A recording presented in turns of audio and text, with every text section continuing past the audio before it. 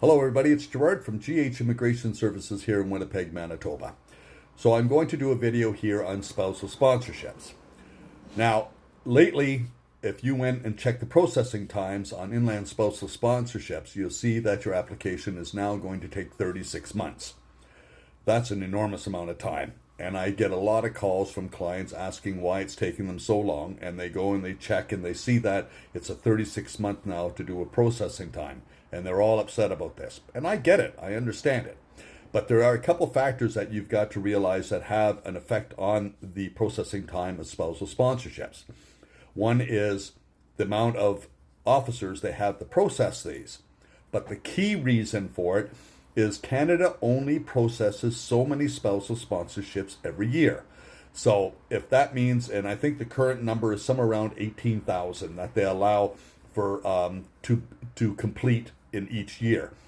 So right now it's 36 months, which means they're basically working on sponsorships that are to be processed and finalized in 3 years from now. So that tells you there is a big backlog when it comes to this. So yes, there are options. You can apply for work permits and stuff like that to continue so your spouse is able to work while the application is in process. And to me, well, if your spouse is here with you, it really shouldn't be a big issue if they have to sit there and wait and just continue to work while their application is being done. But I know everybody wants to get it over and done with as quickly as possible. However, there is a strategy. So the strategy is do an outland spousal sponsorship. Outland spousal sponsorships right now are only 13 months in processing time. What is the difference between an inland and an outland? Well, you can still do an outland sponsorship application even if your spouse is here in Canada. The big difference is the processing of the application is done, as it states, as it basically describes, outland.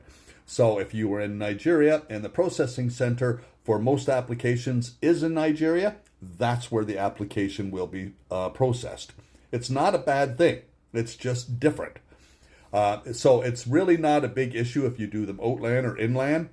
It just makes a difference. The big things that you have to worry about is getting an AOR so that you can apply for a spousal work permit for your spouse and that when they're here in Canada. So this is something that you should really consider if you're going to do an application. Do an outland at this time because they're still processing outlands. It's because they're looking at reunification of family members, and that's why they're getting processed so quickly outside of the country. Anyway, so that's something to think about, and it's actually a very, very good strategy to try to get your application processed in a quicker manner. So this is Gerard from GH Immigration Services, and before I sign off, I would just like to say we released a new app just recently, and it has for those individuals that are outside of Canada that are looking for find out things when it comes to scores on for different programs like Express Entry. It has 7 different calculators there, that some of them for the different provinces.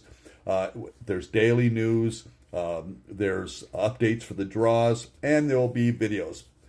Right now, we're still getting everything up to date and in the process, but please, it's called Canadian Immigration Utility, please